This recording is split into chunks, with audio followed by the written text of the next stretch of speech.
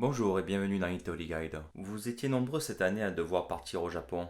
Malheureusement, comme vous le savez, les circonstances en ont décidé autrement. Beaucoup de personnes se sont retrouvées confinées et les frontières du Japon elles-mêmes ont été fermées. Apparemment, ne sont pas prêtes de rouvrir avant un certain temps. C'est pour ça que j'ai décidé de tenter une expérience avec vous, si ça vous intéresse, d'essayer une visite en ligne d'un site important de la ville de Tokyo. C'est une visite un peu particulière, une visite avec un guide en solitaire, on pourrait dire, avec tout simplement un outil en ligne, Google Earth. Aussi simple que ça. Alors, nous-mêmes au Japon, nous ne sommes pas confinés. Le gouvernement n'a pas pris de décision de confiner le pays, mais par contre, nous sommes très fortement incités à ne pas sortir de chez nous ou alors de ne pas s'éloigner énormément. Ce qui fait que pour l'instant, je ne pourrai pas vous proposer de visite sur place, mais par contre, dès que les circonstances le permettront, je vous promets que nous essayerons de visiter ensemble directement sur les sites. Alors, on va essayer et on va voir ce que ça peut donner. Alors, vous voyez que part d'une carte du Japon entier et on va s'approcher de Tokyo même. Alors, l'agglomération de Tokyo, vous savez, est une des plus importantes au monde. En fait, c'est la plus peuplée au monde. Plus de 38 millions d'habitants si vous comptez toute la zone habitée. Et la ville elle-même de Tokyo se concentre dans un territoire de 23 arrondissements avec au centre, quasiment au centre géographique, le palais impérial, l'ancien château de Edo, dont je reparlerai dans la visite. Et la ville s'organise autour de ce château en plusieurs grands quartiers très spécialisés. Vous avez des quartiers pour le divertissement, vous avez des quartiers pour les affaires, vous avez des quartiers de luxe et vous avez des quartiers populaires. Et bien dans tout ce réseau de quartiers, vous avez le quartier de Asakusa que nous allons visiter aujourd'hui, qui se situe au nord-est, dans l'arrondissement de Taito, le long du fleuve Sumida. Alors, si on s'approche d'Asakusa, vous voyez que nous avons un quartier très bas. Il n'y a pas de grandes tours, il n'y a pas de grands immeubles, parce que Asakusa, ça a toujours eu une image un peu de quartier d'habitation, quartier d'artisans, quartier avec un style un petit peu rétro en fait. Pour les Japonais, c'est un peu le style Showa. Showa, c'est le Japon de l'après-guerre. Donc c'est beaucoup de petits commerces, de petites boutiques, des habitations basses, mais vous avez aussi au cœur du quartier eh bien, le temple du Sensoji, et c'est ce temple-là que nous allons visiter. Alors, Asakusa, c'est aussi un quartier qui est très fréquenté par les touristes, parce qu'il a ce charme justement, et aussi parce que c'est un quartier qui est facile à visiter à pied. Et d'ailleurs, quand je fais visiter Tokyo, c'est souvent le quartier que je fais visiter en premier, et Sensoji, c'est le premier site que l'on va voir. En plus, si vous tournez autour d'Asakusa, eh bien très vite, vous pouvez visiter des endroits de la ville qui sont importants, comme ici la tour Skytree, la tour la plus importante de Tokyo, la plus haute, j'en reparlerai après. Un petit peu plus au sud, le quartier de Ryogoku, c'est le quartier des sumo, vous avez là le stade où ont lieu les tournois. Un petit peu plus vers l'ouest, vous avez tout ce qui va être Akihabara, le fameux quartier des mangas, la mecque des mangas comme on dit. Et un petit peu plus au nord, toute cette tache verte qui correspond au parc de Ueno, qui est le plus grand parc de la ville de Tokyo. C'est là où se trouvent tous les musées importants. Eh bien, ce Ueno se trouve à distance à pied relativement raisonnable d'Asakusa. D'ailleurs, beaucoup de visiteurs au Japon ou à Tokyo logent dans les hôtels d'Asakusa, qui sont des petits hôtels, pas trop chers, de bonne qualité. Généralement, ça permet de ne pas exploser le budget hôtel. Et en plus, le soir, vous avez une atmosphère assez calme et tranquille, quelque chose d'agréable avec beaucoup de restaurants. Alors, on va s'approcher d'Asakusa. La première chose qu'on voit, c'est cette grande porte rouge. C'est la porte Kaminari, Kaminari Mon. C'est la porte d'entrée du temple Sensoji que nous allons visiter ensemble. Et en fait, cette porte, c'est l'un des points de repère les plus importants à Tokyo. N'importe quel japonais, vous lui montrez cette photo, il identifie tout de suite. C'est Tokyo, c'est Asakusa, c'est l'entrée du Sensoji, c'est la porte Kaminari. Ça fait partie des monuments que tout le monde reconnaît. Alors c'est moins impressionnant que la tour Eiffel, mais c'est la même fonction. Tout le monde sait, quand on voit cette photo, qu'on est à Tokyo. D'ailleurs, vous la voyez même souvent sur les couvertures de guides touristiques.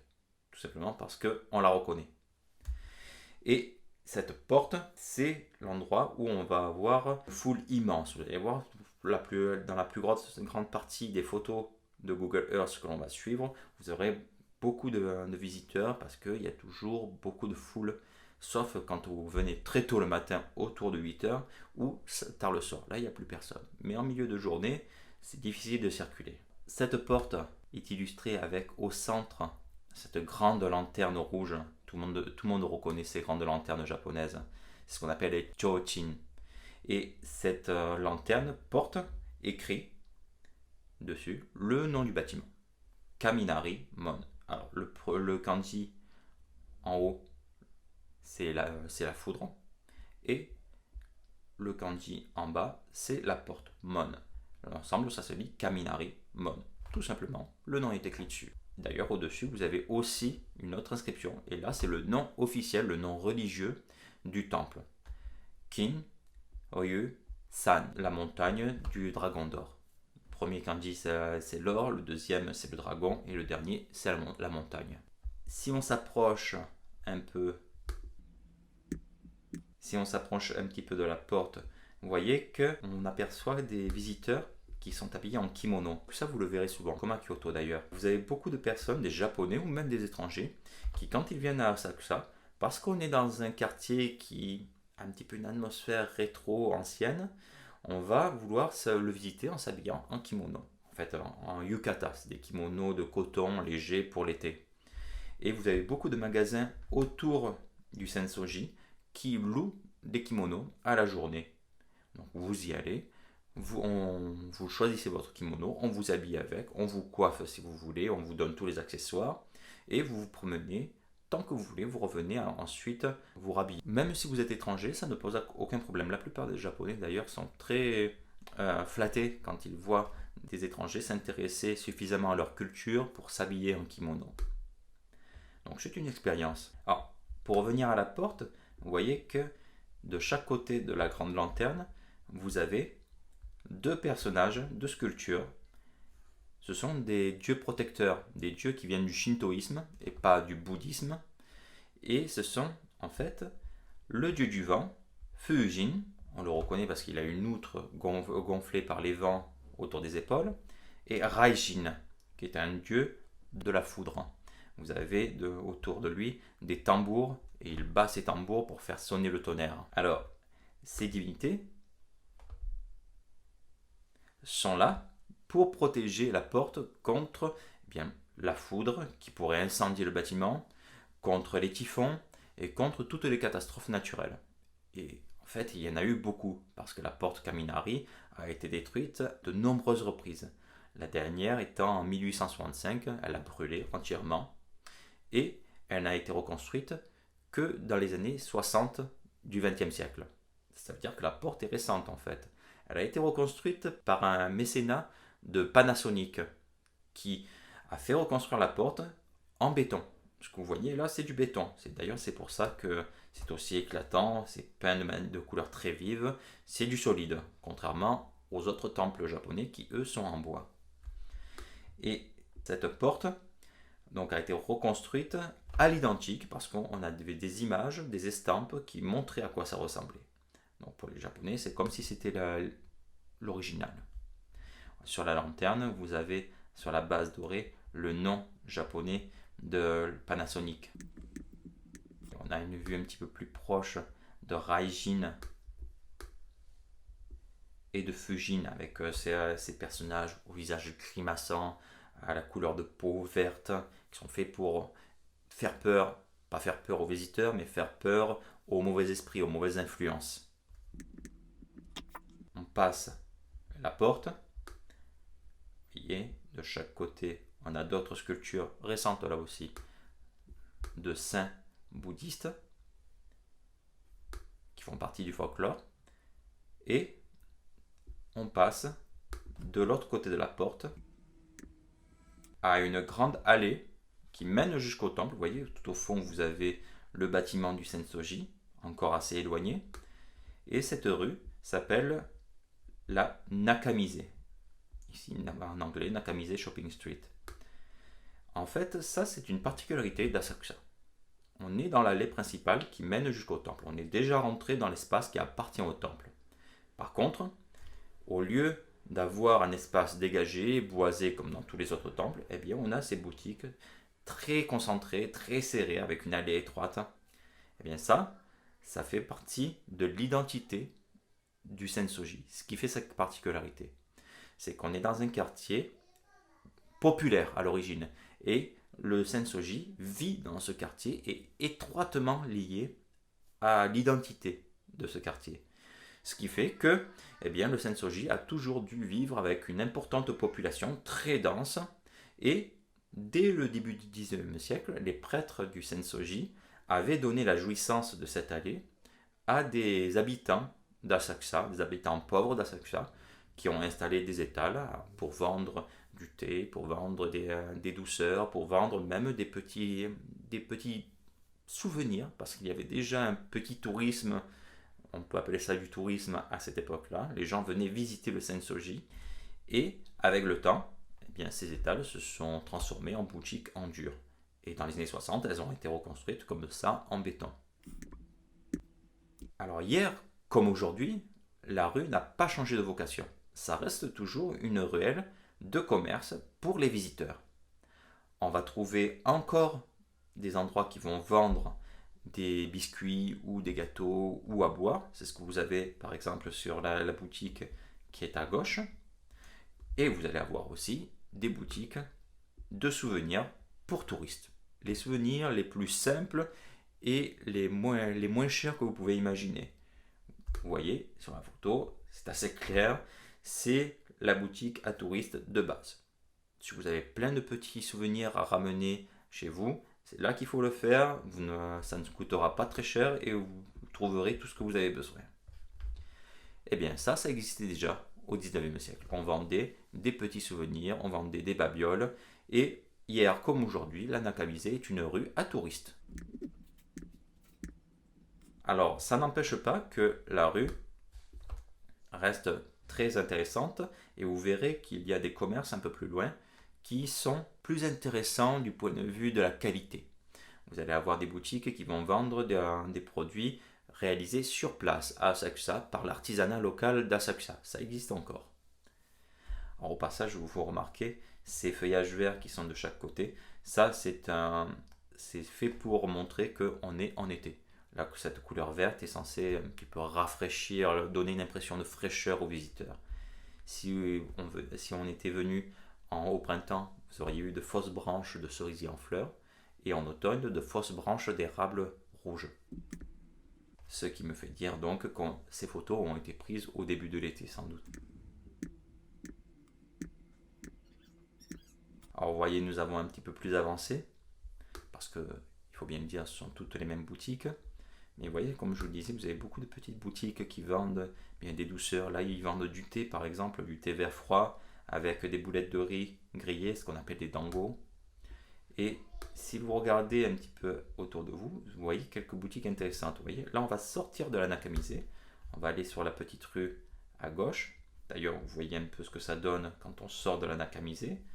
Si vous voulez aller plus vite et pas passer par la foule, c'est souvent mieux de passer par là. Mais dès qu'on sort de la Nakamise, on retrouve des petits magasins intéressants. Là, par exemple, vous voyez, vous avez des couteaux japonais. De véritables couteaux japonais, c'est-à-dire, c'est des magasins qui produisent et qui vendent directement. C'est-à-dire que tout ça, ça fait partie de ce petit monde de l'artisanat japonais d'Asakusa. Et Asakusa, d'ailleurs, est assez réputé pour tout ce qui va être les couteaux japonais, les ustensiles de cuisine. À 2 rues de là, vous avez la rue Kappabashi, qui ne vend que des instruments de cuisine japonais, dont des couteaux. Et c'est très réputé pour ça. Et ces couteaux-là sont vendus avec des certificats d'authenticité, parce que, évidemment, vous avez beaucoup de copies. Mais ça, ce sont de vieux magasins qui sont là depuis très longtemps. Et si on avance un petit peu dans la rue, et on regarde ce qui se passe sur le côté, eh bien là vous avez l'atmosphère des rues d'Asakusa. Ce sont des petites rues avec beaucoup de commerces de chaque côté, des restaurants aussi, et ce côté un peu vieillot. Vous avez les câbles qui passent au milieu de la rue, ça se voit de partout au Japon. Vous avez cet aspect, on va dire, pas ancien, mais qui a une atmosphère un petit peu tranquille qu'on associe avec les époques plus lointaines. Moi personnellement, j'aime bien venir dans cette rue-là parce que vous avez le magasin que j'indique ici qui vend ce qu'on appelle des melons pans. Et ça, c'est très bon. D'ailleurs, c'est la douceur, c'est la sucrerie spéciale d'Asakusa. C'est une sorte de grosse brioche au sucre, excellente, très moelleuse. Et ce qui est encore meilleur, c'est que dans ces magasins-là, en particulier celui-ci, ils vous les font sur place et ils vous les coupent en deux, vous mettent une bonne boule de glace à l'intérieur. Et alors là, en été, c'est excellent. Je vous conseille de l'essayer avec la glace au thé vert parce que là, ça sera encore meilleur. Alors, vous voyez, si on retourne un petit peu sur la Nakamize elle-même, on retombe sur les boutiques et je vous avais parlé de boutiques qui étaient plus intéressantes que d'autres. Eh bien, en particulier, là, vous avez une boutique qui vend des estampes japonaises. Je parle de vraies estampes, des ukiyo-e. C'est-à-dire, ce sont des images qui sont faites avec la technique traditionnelle d'impression sur plaque de bois. Ce qu'ils vendent ici, eh bien, ce sont des estampes faites avec cette technique. Là, ce n'est pas la boutique elle-même, puisque vous avez en fait le vrai magasin qui est à 2 rues de là, mais ils ont cette succursale ici, et ils existent depuis près d'un siècle et demi. Et quand vous allez dans ce magasin-là en particulier, ils vous vendent des estampes avec là encore un certificat d'authenticité. Donc là encore, à essayer. Pour se faire un beau souvenir, c'est un bon endroit. Alors, nous, on va essayer d'avancer un petit peu plus vite parce que vous voyez qu'il y en a encore beaucoup. On va sauter un peu toute cette Nakamize pour se rendre plus près de l'entrée du temple. Voilà.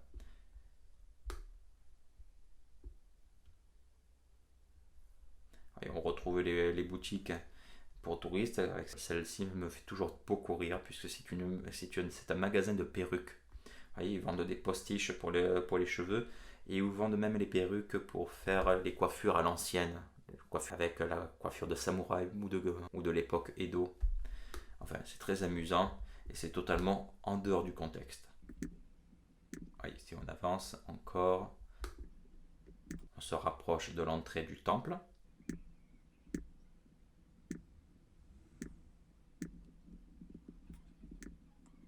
Et c'est là que, pour nous, ça devient intéressant. On sort un petit peu de ces boutiques, on rentre un petit peu dans le vif du sujet enfin. Et vous voyez que sur notre gauche, vous avez des images, des représentations qui ont été réalisées, qui sont là en fait pour illustrer la légende de fondation du temple Sensoji. Et là, c'est quelque chose d'important parce que ça nous mène à une autre idée importante dans ce temple, c'est qu'il est étroitement lié non seulement à l'histoire du quartier, mais à l'histoire de Tokyo même, et à une place particulière dans cette histoire. Alors, si on reprend l'histoire eh bien, dans sa chronologie, vous voyez qu'on commence par ce paysage de bord de fleuve, c'est Tokyo avant Tokyo. Tokyo, c'est pas une ville ancienne, c'est une ville qui date d'il y a 4 siècles à peine. Et avant Tokyo, eh bien, il n'existait que des petits villages éparpillés sur la plaine de Musashi. C'était une plaine plus ou moins marécageuse. Et le village d'Asakusa, lui, était en bord du fleuve de Sumida, et c'était un village de pêcheurs. Eh bien, au 7e siècle après Jésus-Christ, dans ce village de pêcheurs, 2 frères, les frères Inokuma Amanari et Takenari, étaient eux-mêmes des pêcheurs et un jour, dans leur filet, ils vont ramener une petite statuette en or massif, guère plus de 5 cm de haut, qui représentait un saint bouddhiste, dont je reparlerai, qui s'appelle Kannon, le Bodhisattva Kannon, et émerveillés par leur découverte, ils vont aller la présenter à un sage de la région, un homme riche, Ajino Matsushi.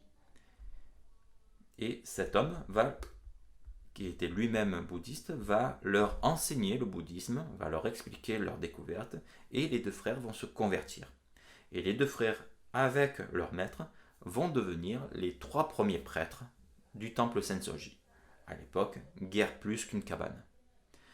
Et cette statuette va faire des miracles, va attirer des pèlerins et des gens de toute la région pour prier, pour la vénérer. Et en fait, le Sensoji devient, dans les différentes époques suivantes, un temple qui va être le temple de la région. Tous les villages viennent à Asakusa rendre un culte à Kannon. Et comme encore nous montrent ces images, il n'y a pas que les gens du peuple, il y a aussi les samouraïs, les clans de samouraïs qui existent à partir du 10e, 11e siècle, vont rendre hommage au Sensoji, vont faire des donations et vont construire le temple de plus en plus grandiose. Donc, ce que nous voyons là, par contre, ce n'est pas l'état de cette époque-là. Ça, cette grande porte rouge sur laquelle je vais donner des explications, elle est plutôt liée à une époque postérieure. L'état actuel du temple, c'est l'état que nous a laissé la famille, le clan de samouraïs qui s'installe à Tokyo au XVIe siècle. C'est la famille Tokugawa. Et les Tokugawa, c'est une famille qui vient d'une autre région, qui s'installe à Tokyo à cause de circonstances dans les guerres féodales, et qui va construire sur place son château, le château de Edo, aujourd'hui le palais impérial. Et ce château de Edo va être la base autour de laquelle se construit la ville de Edo, aujourd'hui Tokyo. Et comme ils ne sont pas du lieu, les Tokugawa vont faire le geste intelligent. Ils vont essayer de s'attirer la faveur, la bonne grâce des habitants de la région de la plaine de Musashi en faisant reconstruire de manière monumentale le principal temple de la région, le Sensoji. Ils vont venir ici vénérer Kannon et montrer ainsi aux habitants de la plaine qu'ils sont comme eux, qu'ils vénèrent les mêmes divinités, les mêmes saints. Donc, voyez, on a le temple dans son état actuel avec cette illustration qui revient sur cette idée d'un quartier très animé, un quartier populaire, un quartier de commerce qui a bénéficié de la protection des Tokugawa. Et c'est là où les choses deviennent intéressantes. C'est parce que ces Tokugawa, c'est pas n'importe qui. Ce sont en fait les membres du clan qui vont devenir les maîtres du Japon. Les Tokugawa, en 1604, avec Tokugawa Ieyasu, deviennent les shoguns du Japon. Les shoguns, c'est les dictateurs militaires héréditaires qui ont gouverné le pays pendant 2 siècles et demi. 2 siècles et demi de gouvernement des Tokugawa, et automatiquement, la ville, le château des Tokugawa, devient la capitale du Japon. Et par la même occasion, le principal temple de Edo devient un temple d'importance nationale. Et plus précisément, ce qu'on voit, c'est un état du début du XVIIe siècle, lorsque le 3e shogun Tokugawa, Tokugawa Iemitsu, va faire reconstruire le temple pour qu'il corresponde maintenant à son statut de temple principal de la capitale du Japon. Et ce que vous voyez là, c'est un état qui est fait pour non seulement en mettre plein la vue aux visiteurs des autres régions du Japon, mais aussi prouver la richesse du clan Tokugawa et montrer combien il prend soin de la population et vénère les mêmes divinités que la population. Alors, ce que nous avons devant nous, plus précisément, ce n'est pas le temple lui-même, mais c'est sa porte principale. C'est la porte Ozomon, qui veut dire en fait la porte du trésor. Et ça veut dire ce que ça veut dire, c'est-à-dire qu'à l'étage au-dessus de la porte elle-même, sont conservés encore aujourd'hui les objets précieux et les trésors du temple. En particulier, vous avez toute une série de textes sacrés anciens qui sont classés patrimoine national. si on s'approche, vous voyez qu'autour, tout est aménagé comme un petit parc. Vous avez des cerisiers, vous avez des glycines, c'est un endroit assez agréable. Et vous avez le temple derrière sur lequel on va arriver. Alors c'est intéressant parce qu'à partir de là, les photos ont dû être prises très tôt le matin et il n'y a plus personne. Alors au-dessus de la porte, voyez, vous avez une inscription et en fait ça c'est le nom populaire du temple. Tout à l'heure je vous ai dit que son nom officiel c'était Kinryu-san. Et bien là il est écrit Sensoji. Et Sensoji en fait ça se lit aussi d'une autre manière, ça se lit Asakusa Dera. Sensoji, Senso, c'est en fait une autre lecture, parce qu'en japonais les kanji peuvent se lire de différentes manières, c'est une autre lecture du nom du quartier. Et tout simplement, le nom populaire du quartier veut dire le temple d'Asakusa. Et ça veut dire son importance. Parce que le Sensoji n'est pas lié à un ordre, à un groupe de temples, c'est un temple qui est indépendant, qui se suffit à lui-même. C'est un temple qui a suffisamment de ressources et est suffisamment célèbre pour ne pas avoir besoin de constituer un ordre avec d'autres temples. Alors, vous voyez qu'on retrouve une autre lanterne rouge, une autre chochin, et dans ce cas-là, on a écrit dessus, non pas le nom de la porte, comme tout à l'heure avec la porte de la foudre, mais vous avez écrit Kobane-cho, dans l'ordre. En haut, c'est Kobane-cho. Cho, c'est le village. En fait, c'est le nom de la localité qui a payé pour la réfection de cette nouvelle lanterne en 2003. Et ils ont reçu en cadeau cette possibilité d'avoir leur nom directement écrit sur le temple. Alors de chaque côté, vous avez là encore deux personnages. Et ce ne sont pas les mêmes personnages que tout à l'heure. Tout à l'heure, nous avions deux divinités qui ne faisaient pas partie du bouddhisme. Alors que là, nous sommes proprement dans le panthéon bouddhiste, nous sommes dans ce qu'on appelle une porte des Nyo, Nyomon. Les Nyo, ce sont ces personnages qui sont des gardiens, protègent le Bouddha contre les mauvaises influences là aussi. Et ils sont toujours représentés de cette manière-là, c'est-à-dire avec ce corps très musclé, avec une position des mains généralement active, violente. Celui-ci bloque l'accès avec la paume de sa main. Si on regarde la statue qui est de l'autre côté, je vous la montrerai après, même où vous avez une position qui est prête à frapper, le visage grimaçant, rouge de colère, avec cette violence exprimée qui est là pour repousser non seulement les mauvais esprits, mais les visiteurs qui n'auraient pas la conscience tranquille. Alors ces Nyo sont là pour faire, on va dire, un contrôle, un sas vers le temple lui-même. Et on le retrouve à l'entrée de tous les temples bouddhistes. Là encore, la porte aux Omon, comme l'ensemble des bâtiments d'Asakusa, sont reconstruits après-guerre, c'est du béton. C'est pour ça que ça a ce rouge éclatant qu'on ne retrouve pas beaucoup dans les autres temples du Japon. Les temples anciens de Kyoto sont d'une couleur de bois ancien. Là, on a peint le bâtiment pour qu'il conserve cette couleur, qui était la couleur qu'on trouvait sur tous les temples du Japon lors de leur construction. Et vous voyez que après le temple, voilà, là on accède au bâtiment principal du Sensoji, et eh bien c'est là que vous avez ce caractère aussi particulier. Vous voyez ? Ça veut dire tout simplement que c'est construit dans un style qui est fait pour être très aérien, très léger. Alors, le bâtiment est extrêmement grand pour un temple japonais et la toiture est très vaste. Mais par contre, elle est faite de manière à donner l'impression que la toiture est étroite et légère. Vous voyez, de chaque côté, vous avez la toiture qui se recourbe de manière très gracieuse et très fine, comme des ailes. Comme des ailes, on a l'impression que le bâtiment se déploie et pourrait s'envoler. C'est tout à fait l'idée. Avoir un bâtiment qui ne soit pas trop lourd et qui soit léger.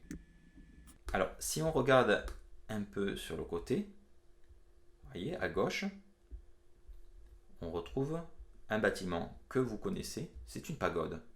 Et en particulier, c'est la pagode Goju-no-to d'Asakusa. Alors Goju-no-to, ça veut dire en fait la tour à 5 étages, parce que si vous comptez 1, 2, 3, 4, 5 étages.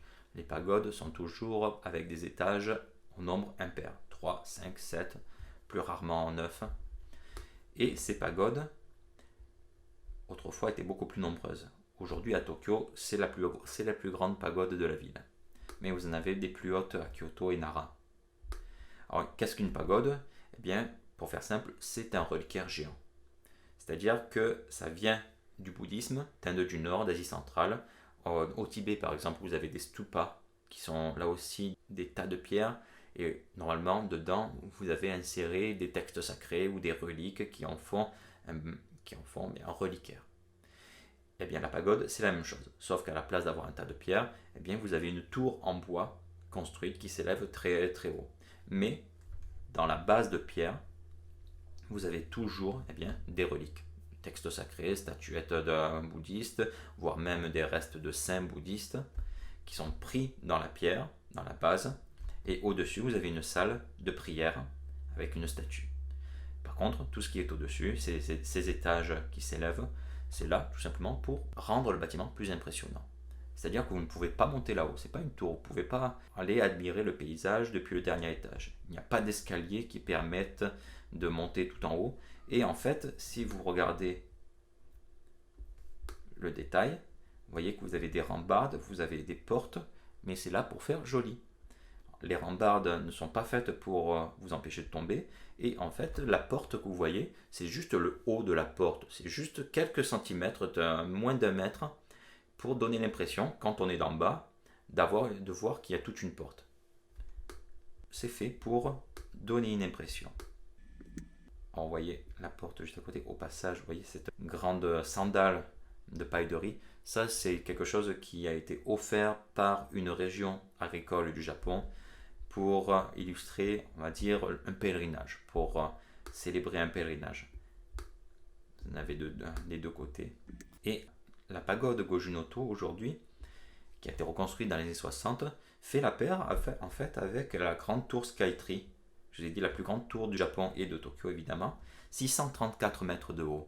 Et vous avez à Asakusa, donc, de chaque côté de la porte, ces deux bâtiments élevés qui font ce contraste entre l'ancien et le moderne qu'on retrouve souvent au Japon et qui est souvent très intéressant à observer.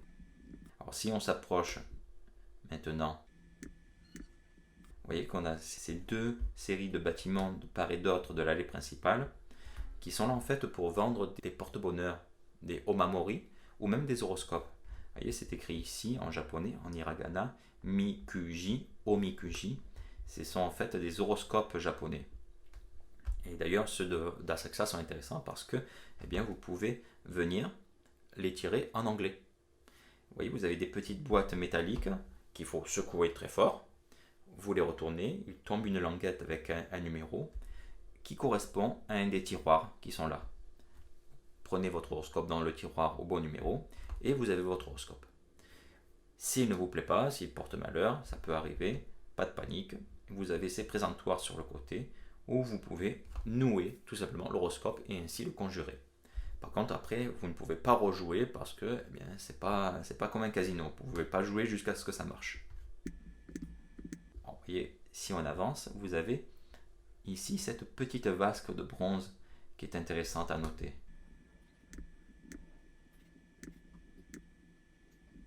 Voilà, cette vasque sert en fait pour l'encens. Vous pouvez acheter l'encens ici, juste à côté, et l'allumer sur les réchauds qui sont mis à disposition. Et en fait, les visiteurs viennent prendre l'encens, des bâtonnets d'encens, ils les allument, ils les plantent dans le sable de la vasque, et ensuite ils s'aspergent avec la fumée de l'encens pour se purifier. Beaucoup de gens le font, et là vous n'avez personne, donc il n'y a pas de fumée qui sort, mais en pleine journée, le nombre de pèlerins est tellement important, bien que vous avez un nuage très important qui sort de cette vasque.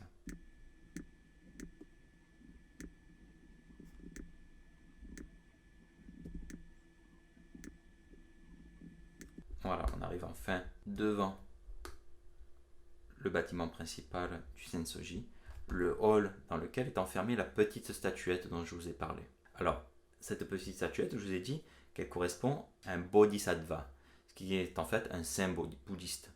Et ce bodhisattva, Kannon, comme tous les autres bodhisattvas, représente en fait une vertu ou a une fonction dans le panthéon bouddhiste qui va le rendre plus ou moins important. Et Kannon, en sanskrit, c'est Avalokiteshvara, c'est celui qui entend les plaintes du monde.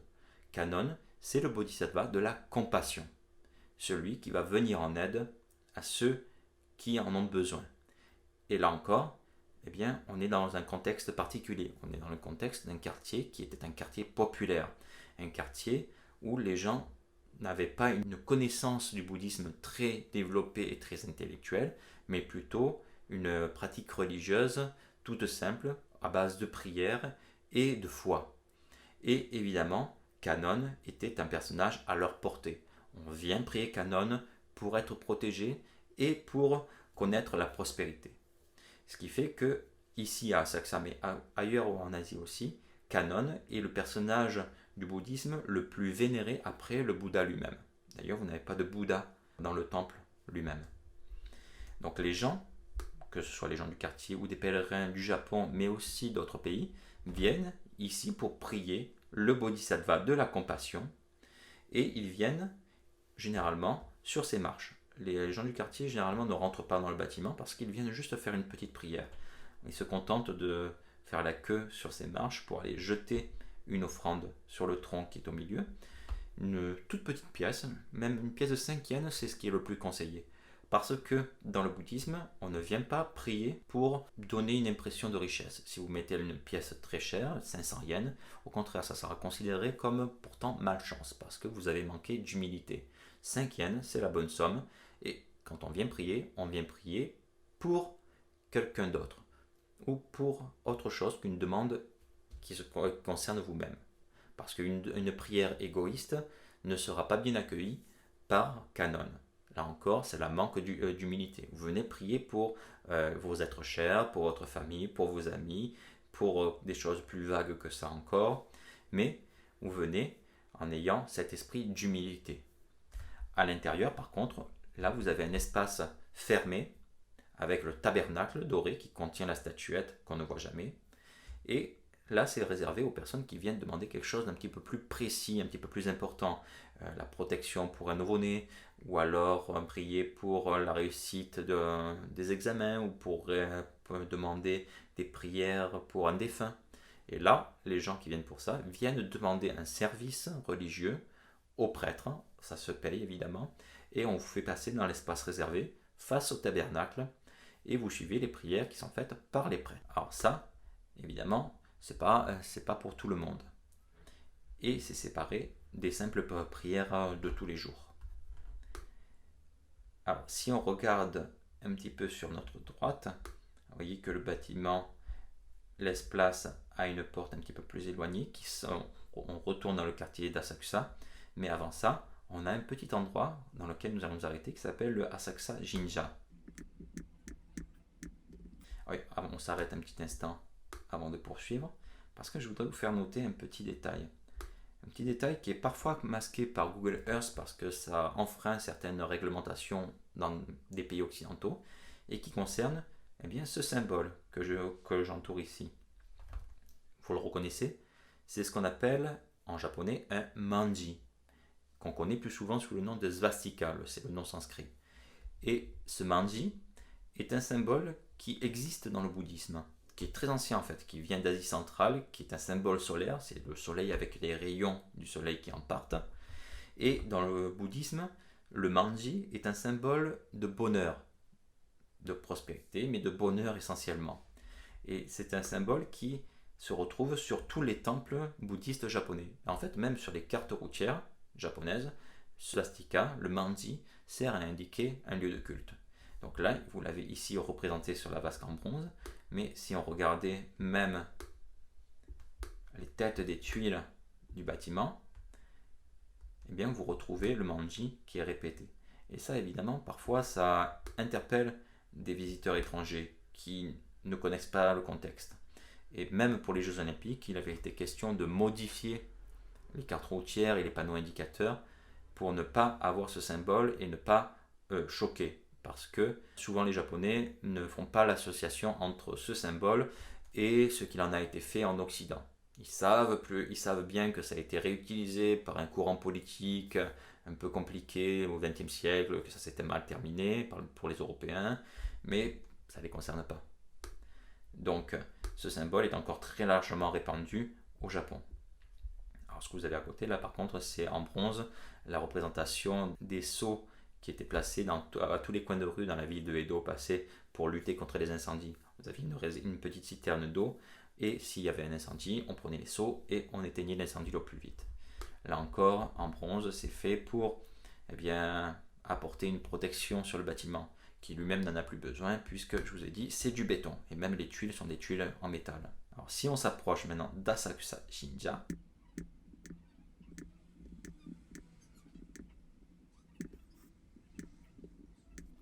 vous voyez, vous avez une entrée avec une porte. C'est ce qu'on appelle une porte Tori.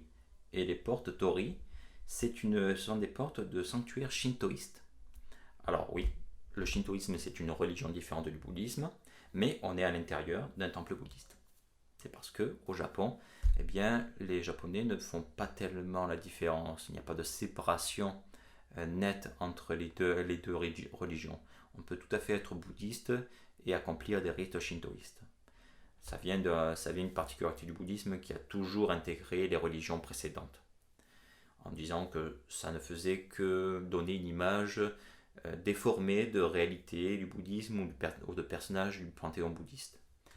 Alors, ici, on est à l'Asakusa Jinja. Et Jinja, c'est ce qui sert à indiquer, c'est le mot qui sert à indiquer les sanctuaires shintoïstes. Et vous avez donc une entrée Tori, comme devant tous les sanctuaires, avec sur la porte cette corde, une corde de paille de riz qu'on appelle un shimenawa. Et là encore, c'est une corde qui sert à délimiter l'espace sacré dans le shintoïsme, avec les bandes de papier que vous avez ici, qui sont des shide. Alors si on entre, voyez, on retrouve la porte, on retrouve les shimenawa, on est dans une autre religion, mais liée, là encore, à Asakusa et son caractère un peu particulier. Parce que ce que l'on va vénérer, ce ne sont pas des divinités très importantes du shintoïsme, mais ce sont des personnages historiques qui ont été divinisés. Ça arrive souvent au Japon. Alors de chaque côté, vous avez ce qu'on appelle des komainu, ce sont des lions gardiens.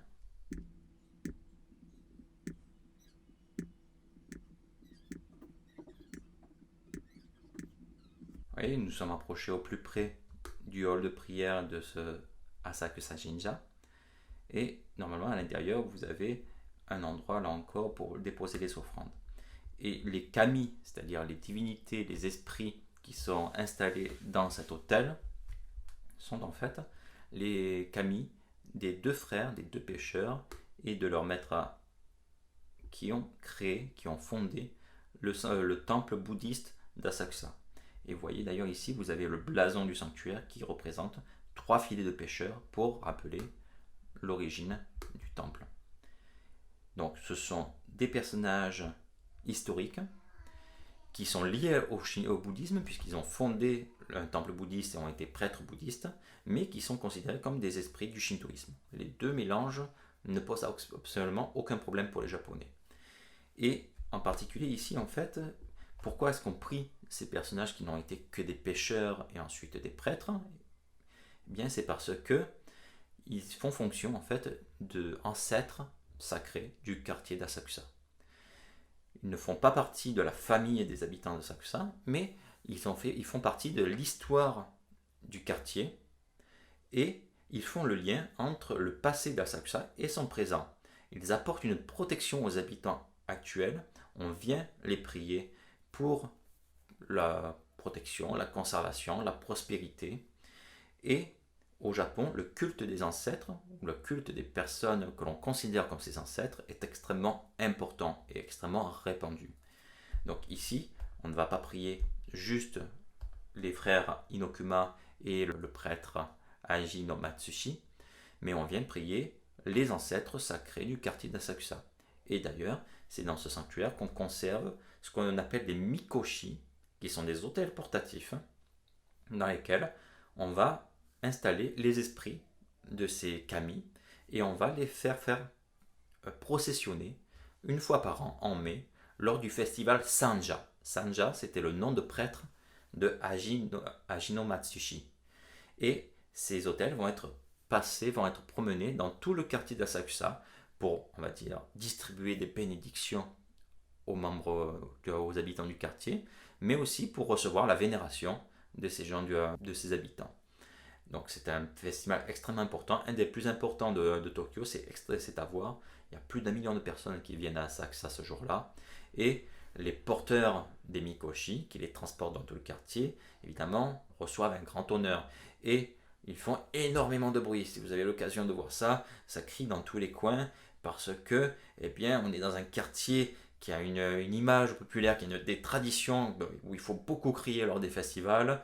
Et on retrouve cette atmosphère d'Asakusa, qui était la ville du peuple à l'époque Edo. Alors, voyez, si on tourne sur la gauche, qu'on a le temple Sensoji qui est juste ici.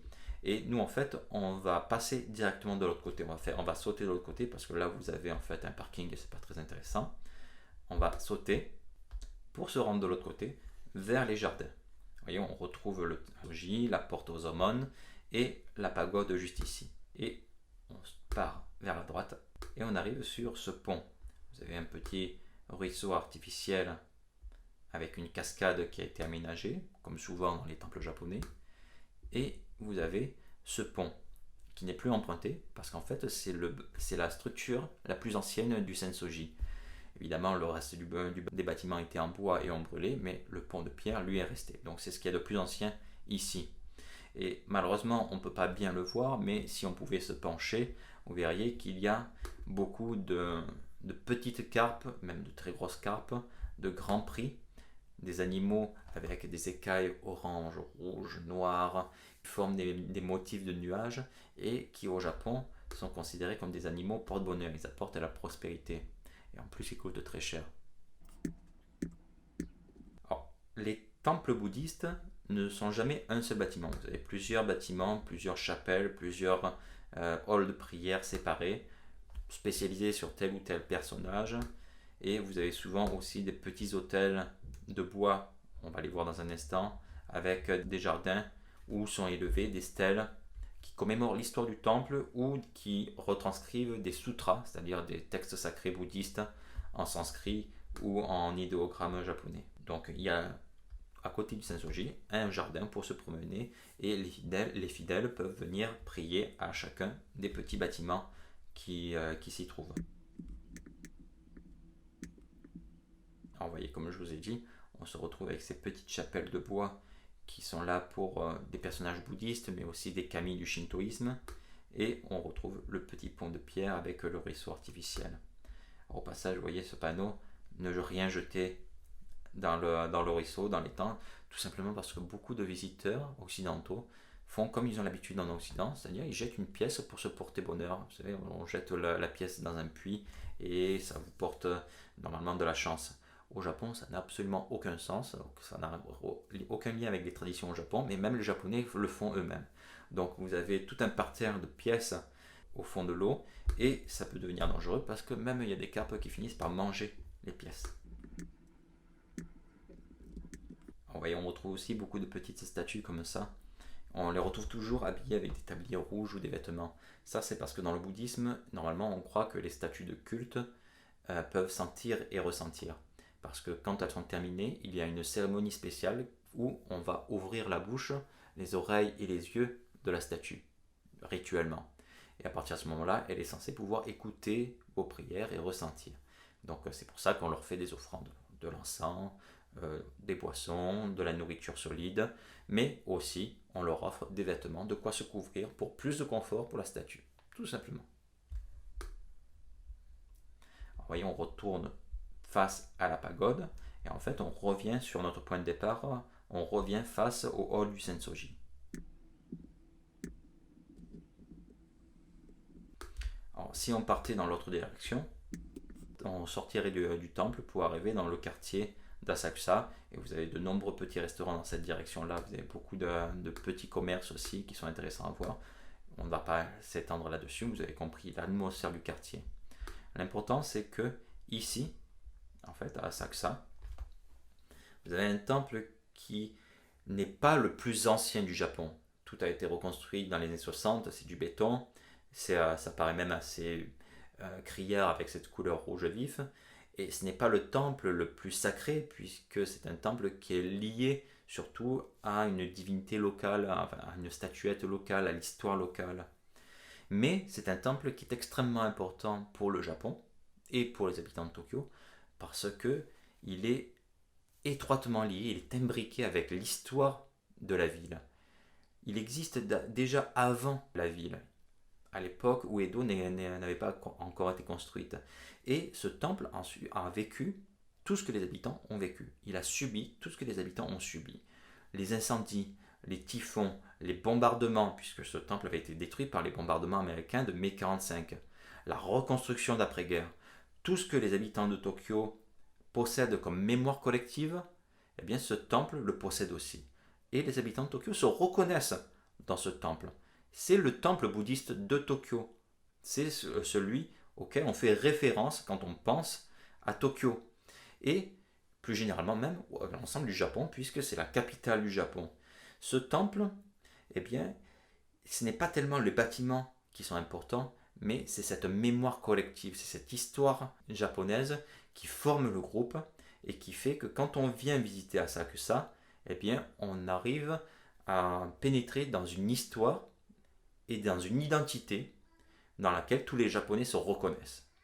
Et c'est pour cela que ce temple est aussi fréquenté, que vous avez des foules et que vous avez ce caractère très populaire, très imbriqué avec les commerces, avec la population, avec toutes les petites adresses qu'on peut voir par-ci, par-là, parce que ce quartier n'est pas fermé quand on entre dans le temple. Le temple et le quartier eh bien, sont totalement mélangés. Et c'est ça qui est intéressant. C'est quelque chose qu'on ne retrouve pas forcément dans les temples très majestueux de Kyoto.